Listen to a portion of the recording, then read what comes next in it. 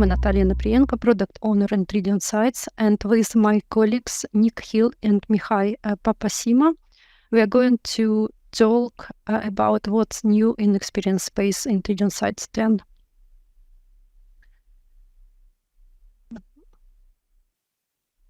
And the first topic I would like to talk, it's basically user interface security. So what have we changed here?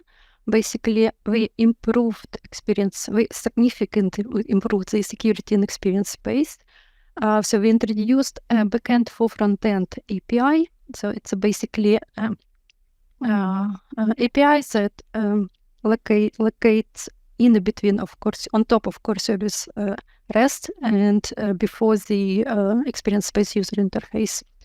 With this, we moved all the access token management logic into this backend for front-end API.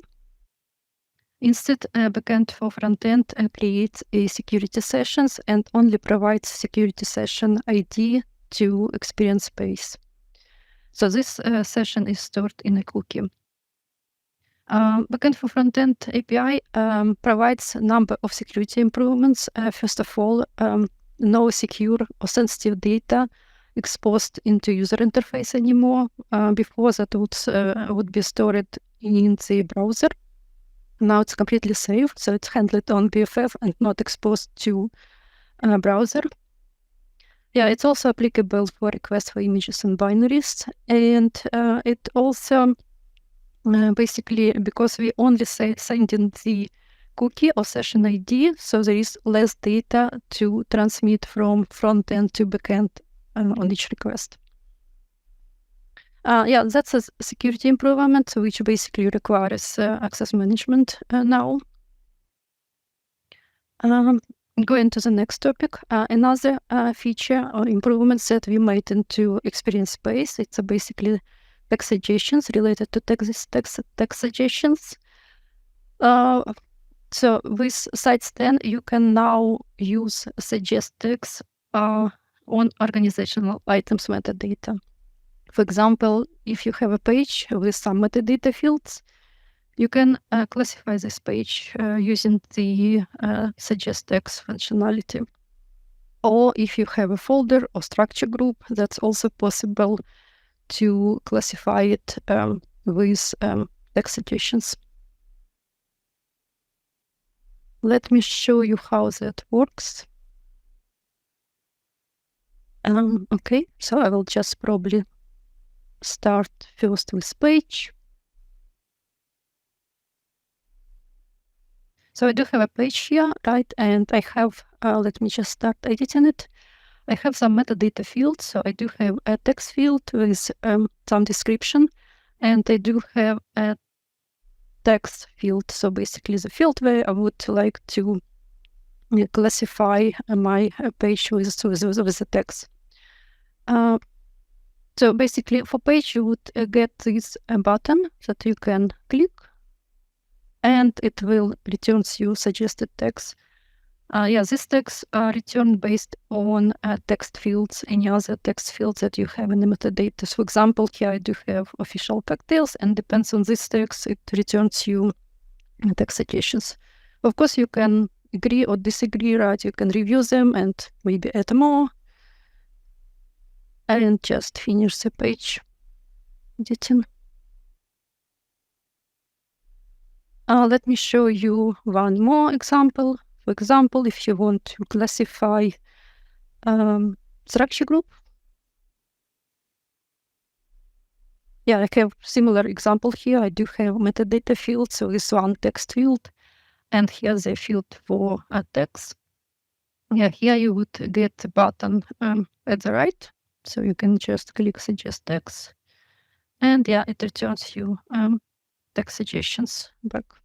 You also have some notification right on the top that there is some changes, and also the field is marked with the suggestions updated. Yeah, then you can save, publish, and maybe use it at your website for navigation or for content recommendations. I did show you a couple cases. That's also, but you can also now use text suggestions for folders or bundles. Yeah, basically any organizational items where you can assign metadata schema, metadata fields.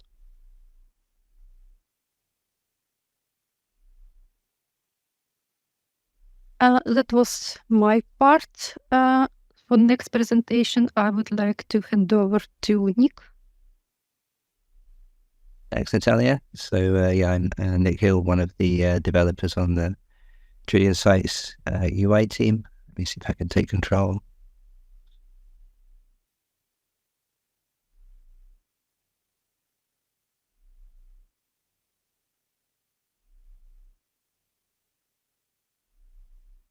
It's not yet. Maybe I'm trying sharing instead.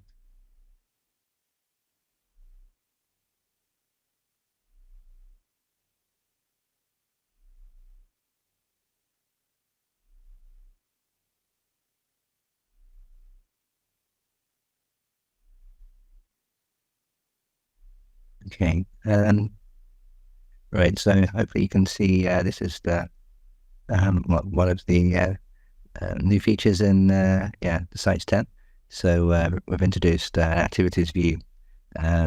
Previously there was some possibility to finish or start workflow on items via the editor, but there was no dedicated view of all the activities and no place to see your activities in Experience Space. So we've introduced a dedicated activities view. I'll quickly run over some of the features and differences between the views in the Experience Space versus the classic UI. So the first big difference I think is that whereas in the classic UI there are actually 3 different places where you can more or less see the same information. So non-admin users or users without say workflow management, they have a dedicated view. This one here, a simplified view, where they have like separate lists for assigned versus items in progress versus finished activities. And there's also this things to do list, which is accessible via a button in the toolbar, which shows similar information. For admin users and users with workflow management rights, they also have this dedicated admin view where they can see activities from all users. But so it's depending on the role you have, you go to a different place potentially to see your activities. And in some of the research we did with customers, they weren't even aware of all of these different possibilities. They used one, and that was the only one they were familiar with. So in Experience Space, we've decided to just have a single view. If you're an editor, so if you don't have workflow management rights, you'll just see your own activities in that view. Admins and workflow managers, by default they'll see everything, so also activities related to other users. If they want, they can just focus on their own activities, and the best way to do that is via there's a request configurator option, which Mihai will talk about later, which will just load the activities that are relevant to you.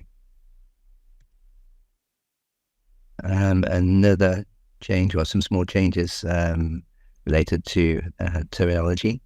So in the classic UI, we have this concept of task name, and which really is the process, and it's by default, I think, concatenation of the process definition title and the item. So for single item workflow would be the component name, for example, or the page name.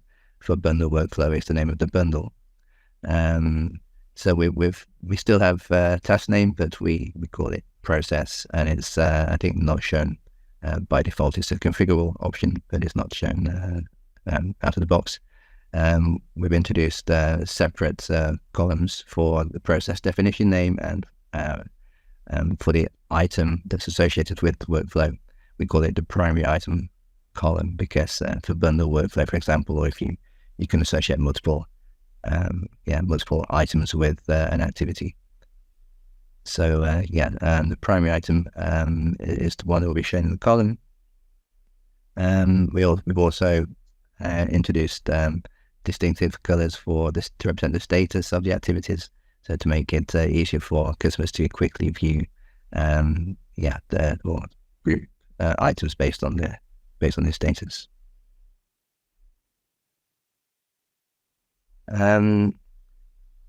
Similar to like the design in the Explorer, we have this Insights panel. And so the Insights panel provides information relevant to the selected activity. We have 3 panels in the case of this view. So an information panel, which more or less lists the information that you can also see in the individual cells. Related items panel, which for, say, an item in bundle workflow would be all the items that are in workflow in that bundle. So you can get a quick overview of the items there. Similarly, if you have items in multi-item workflow, you could see the items in that in that workflow. And we have a process history panel. So if you select an item and click on that tab, you'll see the previous activities in that process instance that were completed already. So you'll see the current activity plus the completed ones. There you could, for example, view any comments on previous activities. Or maybe that would be useful in completing your task, for example. We have 4 out of box 4 actions that are supported on workflow activities, so we can start them, finish them, assign them, or if an item's in failed state, we can attempt to restart it. And all of those can be performed on multiple activities at the same time. So there's batch support for all of those. In the classic UI, there's batch support also in the admin view, but the other views only support operation on a single item. So for editorial users, being able to support batch operations would be an advantage in experience space. This will be discussed much more tomorrow in tomorrow's presentation. But as with main Explorer view, there's also extensibility support in the activities view. In particular, you can add new action buttons or context menu options. So here's just some simple examples of buttons which aren't provided in the standard view. You can also add custom columns, and if you happen to be a customer that doesn't use workflow, because the activities tab is kind of quite prominent in the top navigation bar, you could remove that tab. So you could remove it if it's not relevant to your organization or particular users, for example. And the final thing to highlight is we have a less obtrusive indicator if you have new activities. We had some feedback on the classic UI that particularly if you're an admin and you're finishing multiple activities, you get spammed with notifications in the top right corner. So now we still show it as a new activity, but it's it just shows the number, so it's more subtle. When you then switch to this view, that will be cleared. So basically once you've had the opportunity to see the new activities, we reset that counter. Okay, so I'll demo those in a moment, but first I want to talk about one of the small feature that's new to Experience Space. So in 9.6, there's a lot of work done on the Content Manager with caching of data, because now that we return contentless items, so we return a lot more data with items in the list. Caching was introduced to reduce the impact on the database and make the response more quicker. And I think that was improved as well in some improvements to that also in Sites 10. And so in Experience Space, we take advantage of that. So the classic UI and 9.5, 9.6 Experience Space, they're based on there's a single store of item data on the client. So if we if the user modifies an item, if they change its state or edit the content or something, then we need to update the item in that store. Similarly, if we request data and it turns out that one of the items in our database has been modified, we try to update it based on the newly loaded data.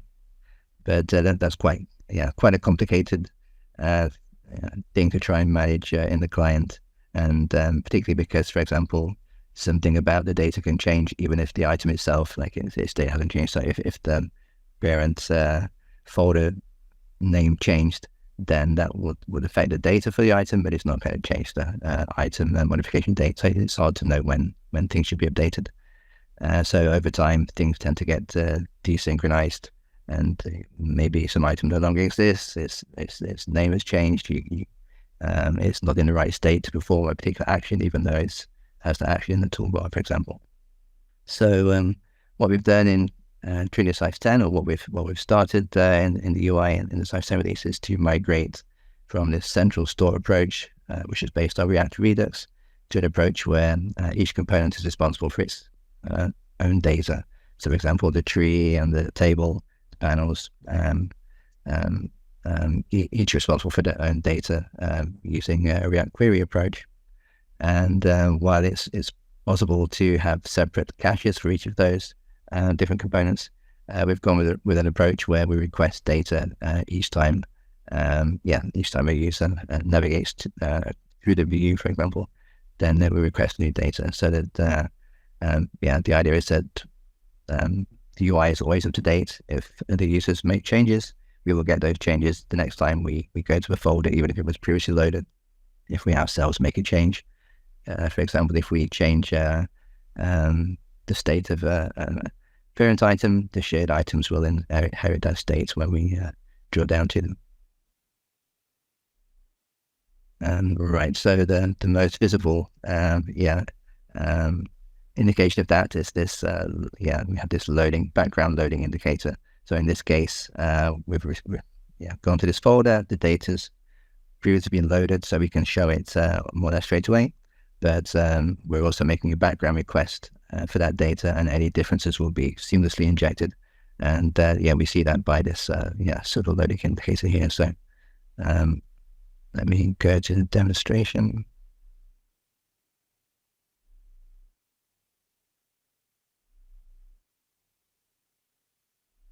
Okay, so this is the view, so we can switch between content and activities.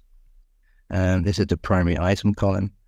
So as we see now, so for single item workflow, we just show the individual item. So it could be a component, could be a page. For bundle workflow, and we show the bundle. So if I click on one of these items, it will take me to that component in the Explorer. Click on this one.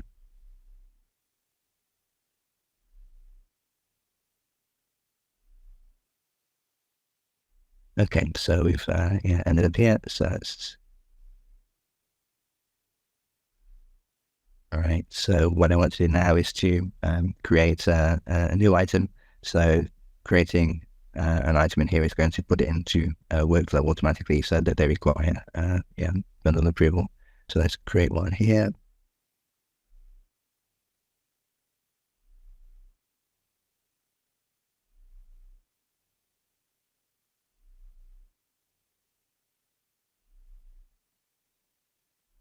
All right, so we still have the option to finish the activity. So it's something we had previously, but now we have this workflow activities view as well, and we can see that straight away. So we can see there's a new activity. It's the one that we've just triggered by creating this component. So we can switch here. All right, so we have this new activity here.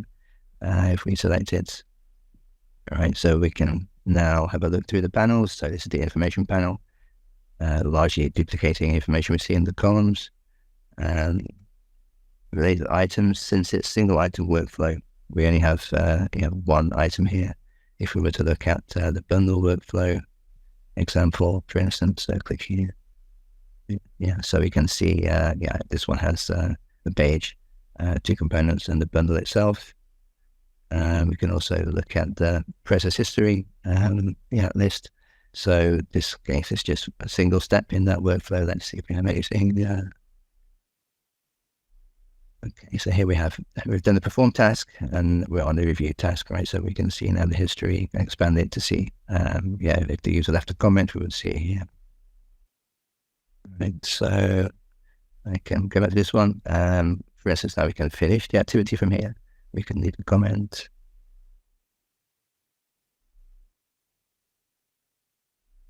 Right, so no, it's waiting. We need to reload because workflow here is quite slow.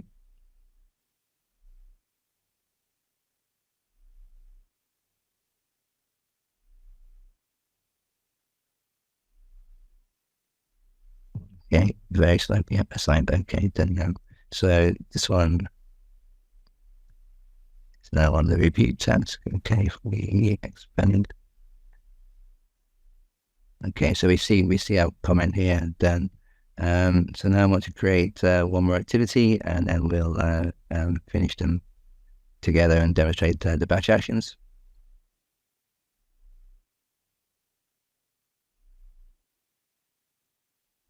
Bootcamp 2.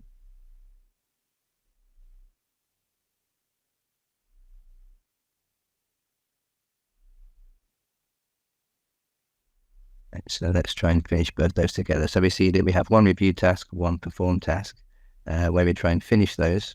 The perform task doesn't require any user feedback. We can give a comment, but it's optional. So I'm able to finish this one straight away. If we had other non-decision activities in the same batch, they would also be grouped together in this step. So pressing finish and next would finish all non-decision activities. I do that. And then decision activities based on the same process instance, they can be finished in a subsequent step. So here we have the option to accept or decline. We can accept in this case, and I only have one in this batch, but so potentially it could be multiple activities here. So finish. That should hopefully succeed. Okay, so that's the workflow information I want to show to you. The other part is about the background loading. So if we go,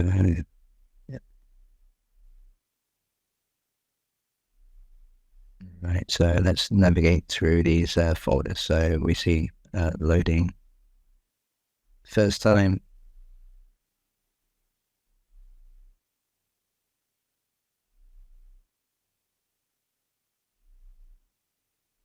Right, some of those have quite a number of activities. If we go back, right, so we see I don't know if you see it on the screen share, but there's like this background loading indicator here. What we can do is try to open this in a new tab.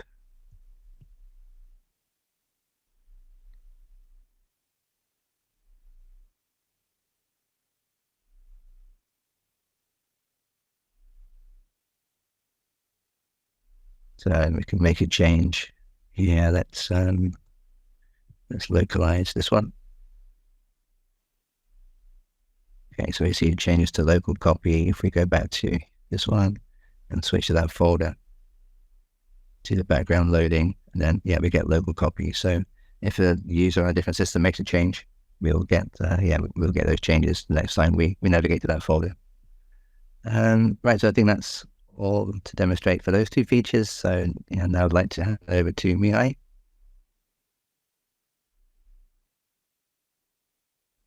Hello.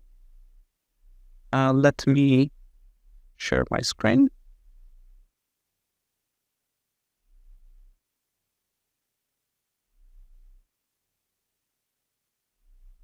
Is it working?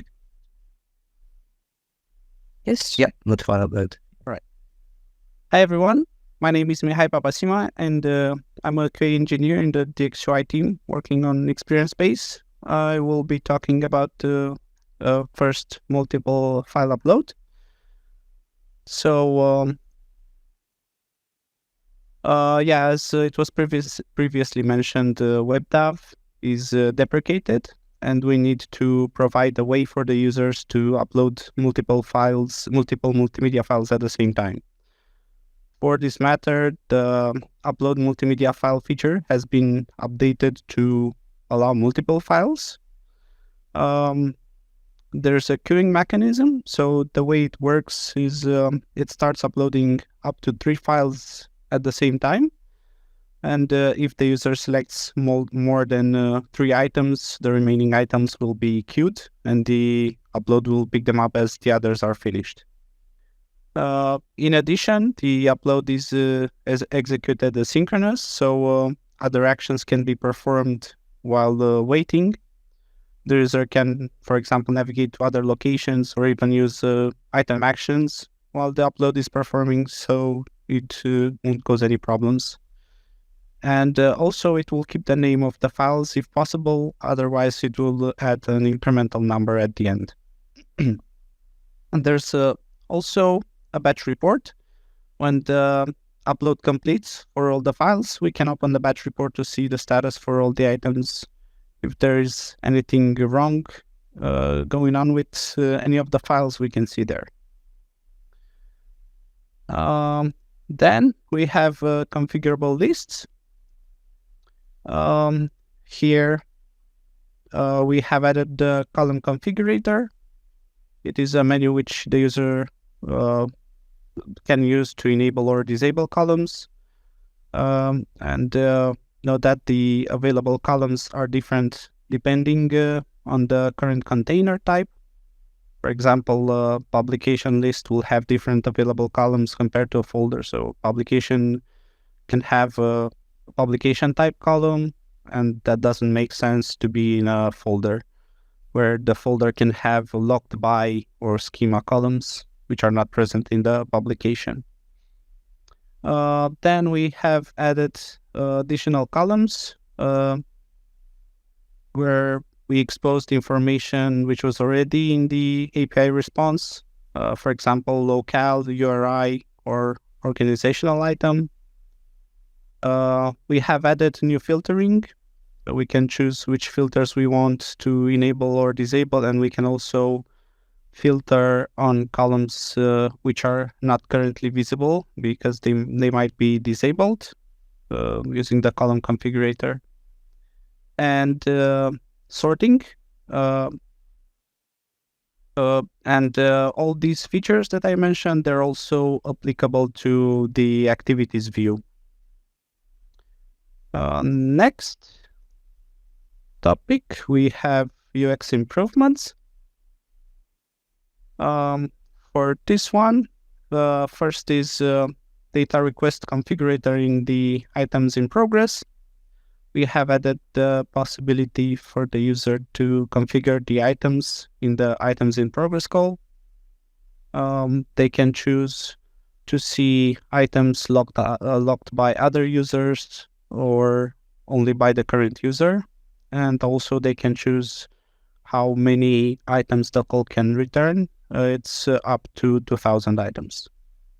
And the data request configurator in the activities, the user can change the same thing. They can choose to have the response only items assigned to the current user or to other users as well.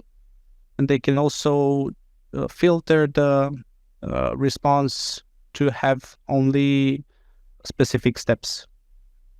Note that this is what the data will return. It's not an actual filter. We do have a filter on the table. So if the data is available, we can filter on the states also on the table.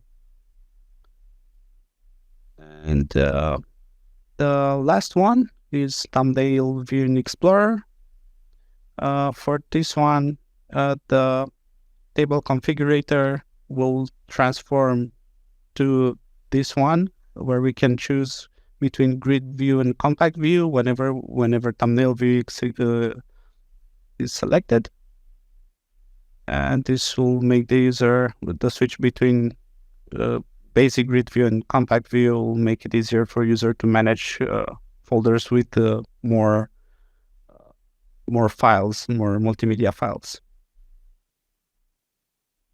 Then I will switch to the demo.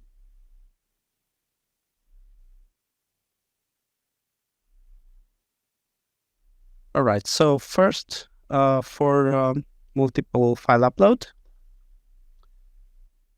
in this location, in here, upload multimedia component, this now allows us to select multiple items, and it will use the default multimedia schema, or if there is a linked schema set on the current location, it will use that one instead.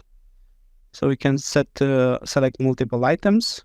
The download will start, and we can see that there are 3 files being uploaded at the same time, and as they complete, additional ones start uploading. And while the upload is being done, we can navigate somewhere else, copy files, and this will not affect the current batch action. And then we can see that the upload has finished. And if we go to that file, that location, you can see all of our files. Next, for the configurable list, we have this closed. Okay, so we have this menu here, which has all the available columns for the current container. And in this case, these are the columns which are enabled. We can disable some of them or enable new ones, which will be added at the end. And as I mentioned, the available columns are based on the current container. So for a folder, we have stuff like locked by, can see if the current items are locked by someone, but in publications list, we have limited amount of columns, so that one isn't present there. Then for the filtering, previously the filters were on top of each column. Now the filters are available here. We can choose which filters we want to enable, and then in that filter we can apply it or not. And the data is based on the available data in the table. So for example, in here I can filter on the status, and it shows me these items. Maybe if I enter edit mode and go back, I can filter on the new one as well, the one in progress. We also have sorting, which is located here. It's also available for all the columns, almost all of them. And for example, I can sort on type, or schema, for example, and the default one, none. It will be the order in which the API returns the items. And as I mentioned, all these features are also available in the activities. We have the column configurator. We can enable we can choose from a lot of available columns. Filtering and sorting is also available. Okay, and the next topic, for the data request configurator. In items in progress, we have this menu. We can select between only showing items for assigned to the current user, or items in progress by all users. Right now we have items enabled for all users. I can change it, and we can notice that the list is smaller. And we can also choose how many items in case we want to limit. Maybe there are too many items, and we want to deal with smaller batches at one time. And similar menu, which I mentioned, implemented in workflow activities.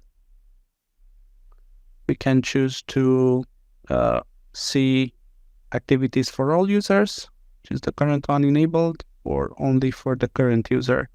And the same thing, the list is smaller. In addition, we can filter based on the status. So we can see only failed items are returned. But we can, and by default, the completed one will be unchecked. And if we do have more, we can also filter, but this will filter on the data that we already received. So for example, you can also filter it like this. And the last topic, thumbnail view in Explorer. Let me go to some images. So we can switch here between list view and grid view. And while grid view is enabled, the table configurator will be also the grid configurator. And then we can choose, by default, it will be the grid view, but we can also choose compact view. And when we're dealing with large amount of images, it is easier to manage them. Also note that filtering will still apply and sorting while in this view as well. And yeah, that is all that I have to show.